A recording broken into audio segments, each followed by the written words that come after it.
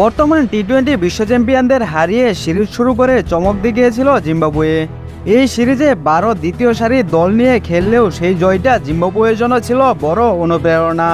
প্রথম ম্যাচের মতো আজও দুর্দান্ত শুরু করেছিল জিম্বাবুয়ে। পাওয়ার প্লেতে ভারতকে আটকে রেখেছিল তারা, তবে এরপর রীতিমতো টর্নেডো বয়ে দেন অভিষেক শর্মা ও ঋতুরাজ গায়কোয়াড়। শেষ পর্যন্ত তাদের দুর্দান্ত ব্যাটিংয়ে রানের পাহাড় দাঁড় করিয়েছে ভারত।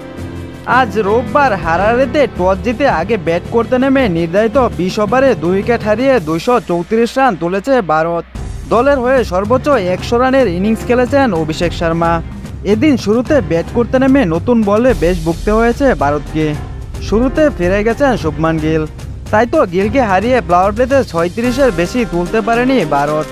ধীরগতিতে শুরু করা ভারত সময়ের সঙ্গে সঙ্গে জিম্বাবুয়ের বোলারদের উপর চড়াও হতে থাকে। বিশেষ করে অভিষেক শর্মা ও ঋতুরাজ গায়কোয়াড় রীতিমতো জোর তোলেন। 33 বলে ব্যক্তিগত 50 করেন অভিষেক শর্মা। এরপর নিজের সেঞ্চুরি কোটা পূরণ করেন মাত্র 46 বলে। এ নিয়ে দ্বিতীয় আন্তর্জাতিক টি-20 ম্যাচেই সেঞ্চুরি দেখা পেলেন অভিষেক শর্মা, যার ফলে এদিন ভারতের হয়ে সবচেয়ে কম ম্যাচ খেলে সেঞ্চুরি করার রেকর্ড গড়েছেন অভিষেক। 100 রান করে সাজঘরে ফিরলেও রানের চাকা থামেনি ভারতের। উইকেটে এসেই আক্রমণাত্মক ব্যাটিং করেছেন রিঙ্কু সিং। 22 বলে 48 রান করে ছিলেন অপরাজিত। তাছাড়া 47 বলে 57 রান করে অপরাজিত ছিলেন ঋতুরাজ গায়কোয়াড়।